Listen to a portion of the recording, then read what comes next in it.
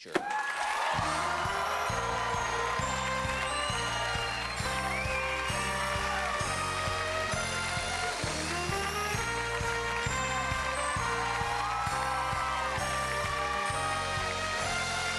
look at you. I'm sorry I didn't have time to finish getting dressed. Thanks for coming in.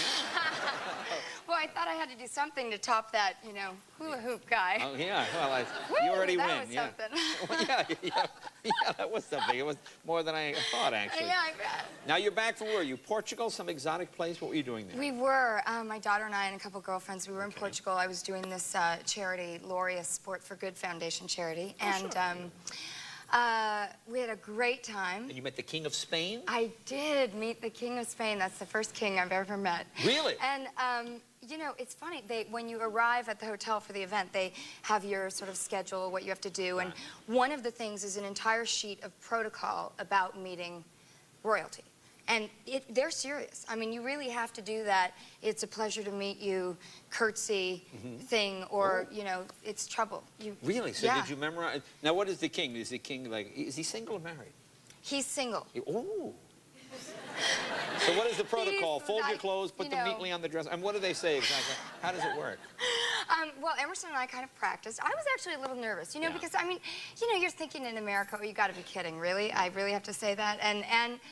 But you want to be respectful. So I decided it was the best thing if Emerson and I both did it. So we were racing with these America's Cup boat racers, and that's when we met him. And, went up to him, and it's a pleasure to meet you, Your Majesty. And then right after that, you get through that, and he's just the most regular, nice guy. He was, like, pulling my daughter's pigtails and, really being friendly. He said, I'm a big fan of Desperate Housewives. And Really? The king watches Desperate Housewives? yeah. And then... Bring me the Desperate Housewives from America. Bring her to me. Was it like that? Yeah, it was sort of like that, Yeah, and really, so, of course, I did. No, I'm just kidding. Now, did he hit? What happened? When the king hits on you, what do you do? You can't He turn him didn't really hit on me. He wouldn't hit on me. I'm too white trash. I go to No, garage kings like that. sales. No, they don't. Can you imagine? Hey, king, Because nobody pull will over believe me. you. I don't know who he is. Was he flirting? Oh, come on, you can be I honest. don't think so. You don't think no. so? Come on. No, but I did get, I always get, I'm like this with you. Yeah. I get really loose really fast. Wait, what did I just Really? say? Okay. So I finally, within 10 minutes, I'm like, so, King, that was such a great, wasn't that Do you good say speech?" that? Do you go, hey, Kingy, let me ask, what do you... And he has that name, Juan Carlos. Carlos. It sounds very... It's Would sexy. you like that? Would you To like be with Juan a Carlos? princess like Grace Kelly? Would you No. want to live in Spain? It's too fancy having to wear the whole, too much spotlight. Wait, hang on a sec. Yeah, too much spotlight. I know you hate that. Now, have you ever met a president? How about that? I did, actually. I was at the opening of the new Wynn Hotel in Las Vegas. Okay. And I knew that I was going to be meeting George Bush Sr. Oh, all right. And I was around kind of where the reception area was before the thing started, because I was rehearsing a thing with Hugh Jackman. Anyway, they had the German shepherds there sniffing out the place, and it's very serious. I was really nervous, because I think wherever you fall politically, it's still the president. Oh, sure. And, Anytime you can meet a president, it's wonderful. yeah, and so when I finally show up to the reception and I go up to the table, I look at the table and it just says, George, Teri.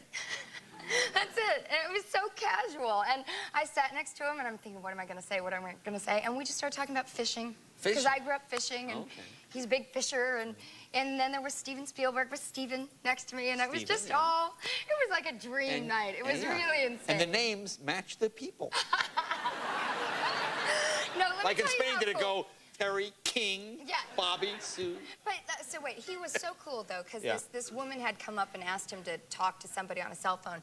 And when I saw him do that, I said, would you call my dad, who's at home, taking care of my daughter? And he said, sure. So he got on the phone with my dad, and then Stephen went, is that your dad? I want to talk to him.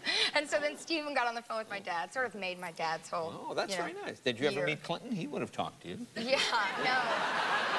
Yeah, I guess he may have. No, I didn't meet him. It was sort of different with George Bush Sr. Okay, so you're in Vegas now. Do you gamble?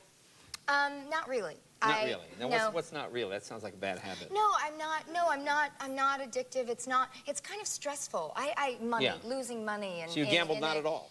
No, yeah, really, I would say not at all. But I used to do this thing where I still do, where you have your change when you come home and you throw it in a bowl. Right. And so when that bowl fills up to a lot of change, I would take that change and maybe trade it in for $75. Okay. So when I was in Vegas, I would sit at this slot machine, like a quarter slot machine, Right, okay. and I like this one slot machine called Top Dollar. Top I don't know if Dollar. anyone ever goes to Vegas. Anyways, I like Not it enough because- white trash. Yeah, That's no. a white trash thing. It's very, and it's You not and the king playing for stressful quarters. to go through $75 in quarters. It's just fun, and you get a lot of free vodka tonics, Okay. and you have a good time. So, anyways, when you do this Top Dollar thing, if it hits, it comes up on the little third, Right. wheel. It says Top Dollar, and the whole machine kind of goes Ding, ding, ding, ding. do, and it makes a little dance. Yeah. Yeah, I mean, makes a little It makes music. a dance? No, it makes music, and I dance. Oh, you do a dance? Yeah. All right, I'll tell you what. Okay, pull my hand. Okay. Ding, ding, ding, ding, ding. Let's see the dance. Okay. Ding, ding, ding, so ding, then ding, I ding. get up, and I'm like, Ding, ding, Top ding, ding. Dollar, Top Dollar, whatever, Top Dollar, Top Dollar. And, just completely as dorky as possible. Wow. And then it gives you these choices. It's like, let's make a deal. It says, here's your first offer, and it gives you $10, or here's your second offer, and you have to decide, do you want to be greedy or whatever. It's very, anyways, but the ultimate thing is, Yes. when you get Top Dollar, it says to you, you're a winner. Wow. So I recorded it on my cell phone. I took a picture, and I have it. So whenever I'm depressed, I just and it goes, "You're a winner." All right. 14-year-old Teri Hatcher. Be right back, ladies and gentlemen, right after this. More with Teri.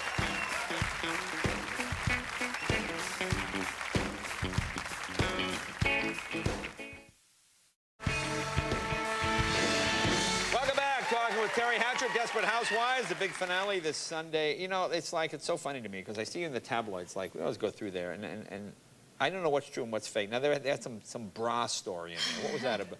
ABC was complaining about your bras or something? What was it? Is this true? That started, actually, some of that, I guess, is true, although a lot of it's not. But the thing about the bra, it started really early on that, I don't know, I feel this whole thing about being 40 and being, just a real woman and not having had plastic surgery, I sort of didn't want to wear one of those bras that sort of lift you up and make you perfect two little balls that just sit there and you can't. Anyway, so I mean, I wear a bra, but it's a natural kind of looking bra. Anyways, when it's cold and it's 30, 40 degrees and you're shooting outside in a t-shirt, things arise. And I know the feeling, yeah. It's getting a little chilly in here now, as a matter of fact. Right. And so apparently that was a problem. And so I tried to, wear thicker t-shirts, and I even took those things you use when you ski, those heater shaker upper packs, and I would stick it in there. And so I kind of thought we'd solved the problem, and then I just heard from somebody just a few weeks ago in the editing department that apparently they've spent like thousands of dollars digitally removing my nipples from the show. Really? Yeah. So I really have to go back now and watch. In fact, everyone, you should go back and watch Desperate Housewives very closely to see if I do, in fact, have any nipples. Because I think Well, maybe that'll don't. be on the DVD, on the special features. It'll I just think be that'll one be. reel. Right. On the DVD, there'll be nipples. There you may be. Me and Nicolette both have the nipple erasing issue, I think. Anyway. So that one, ding, tabloid story, true. That one's true, okay. Yeah. And they have you, and there's a word they use with you you're always canoodling with people. What does that mean? They always say, oh, Teri Hatcher's seen canoodling with, X, Y, whatever. Yeah, okay, so X, Y, everyone is just completely, that is so No, all see, but there's fabricated. always a hint of truth in these. The Like hint they of had truth. you. Here's the hint of truth. Okay, you and I are about 10 feet away from each other, and you and I will be canoodling in the National Choir next week. That guy's thrilled. Yeah, well, there you go. If you get within 100 feet of me, So you you're are not- at risk of somehow me passionately being in love with you. They had you dating David Spade. Uh-huh. He's a friend of mine. He's We've a known friend. each other since we did Saturday Night Live. So there's a little truth to that. Yeah, there's your truth. Okay, but you're not actually going out with him. No, right? we hang out sometimes, but no. John Sally, the NBA player. John Sally, I just met for the very first time last just week. met him? Yeah, at a Cartier ALS charity event. Okay, so and that's nice. he was very nice. It was actually funny because I wasn't canoodling him. I don't even know how you could canoodle because basically I was talking to him, and I found myself, seriously, this is what it's like talking to a 7'2". It's like this. Hi.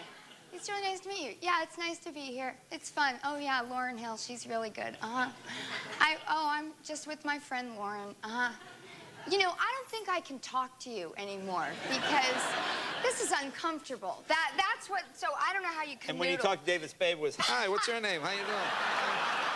Okay. Now, he's my friend. That's a call I'm going to He's get. my friend. Okay, that was funny. All right. He gets funny. That's all right. So, I mean, do regular guys ever, like, hit on you now? I mean, like, you know, do men still do cat call? I don't even know. I did get You got a a cat call that had a really instant karmic end, which I loved. Yeah. A couple of months ago, I was getting my coffee in one of those stores, and I was coming out through the parking lot, and there was a guy just really letting me have it, you know, with the desperate this and the Teri Hatcher this and whatever. And I was just trying to kind of get to my car, and I hear crash, and he was like looking at me, you know, going, Teri, Teri, Teri, and he crashed into a car, and I thought, oh, that's just really, so I just kept going. You know who loved and it was really good coffee that morning. You know who loved that story? The guy he hit. The innocent victim. Right, I'm sorry for the innocent victim. Now, tell me about the set. And I read about cat fight, bickering. Is any of that true? No, none of it's true. We all get along great. You all get along good. Well, I know that's true. You know that we get along? You all get along. I mean, I read that, and I don't necessarily buy that. But the one thing I thought was interesting, when you were on the cover of Vanity Fair, I heard Playboy magazine offer you guys, was it $10 million if you would all pose naked? I did not actually get to hear, I didn't hear that offer, because if I had, I'd be in Playboy. I mean, really. Everyone has a prize, and $10 million is mine. So I've put it out there. So it's just a matter, you know, I bet you the king could come up with that. I mean, this you get for free. It's not much farther, you know, like 10 million, right? Yeah, but you know, it's, well, I'm not even going to go there, but yeah, Oh, okay. No, look, he had all kinds of sexual in there, just didn't go. No, not at all. I'm just thinking how much money I got in the bank. How do you explain to the wife? It's not really investment, honey. I'm just looking. Now the big season finale. The big season finale is Sunday. Any secrets? What happens? Do we find out how about Mary Alice or anything? What happens? That does. We find out. Yeah, that gets solved. Well, tell us now. And then there's a big earthquake, and we all die. Really? Did I say that? Oh, no. Yeah, I can't tell you anything. You know, I will say that there was one, when I read the script, there was something that happened that genuinely surprised me. Okay. Yeah. All right. Well, watch this Sunday. So it's Teri, always a pleasure, my friend. Oh, thank you. Teri Hatcher, be right back with Rob and Amber right after this.